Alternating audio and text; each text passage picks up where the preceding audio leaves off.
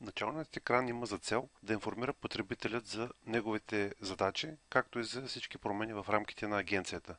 Сутрин, докато се организира за работа, софтуерът ще му поднесе в най-избит вид информацията, нужна за работа му през деня. Секциите календар, задачи и активни клиенти са персонализирани за текущия потребител. В долната част на екрана се вижда кой е потребителят, който в момента се е логнал в системата. Секцията имоти променени в последните 7 дена включва информация за всички променени имоти в рамките на цялата агенция. Така брокерът е информиран през цялото време за случващото се в рамките на агенцията. В края на всяка секция има бутонче за рефреш на информацията. При натискането му информацията в съответната секция се обновява.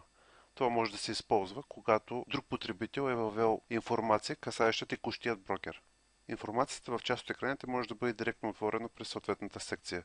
Така, например, още от тази част мога да отворя оглед, да прегледам и съответно да вкарам някаква корекция, ако е нужна такава. Съответно да запиша промените и да продължа с огледа на останалата информация. По същия начин бих могъл да отворя и някои от активните ми клиенти. Активни клиенти означава, че това са всички мои клиенти, които са с статус активен. В секцията за задачи се вижда запис, който е с червено, което означава, че той е просрочен.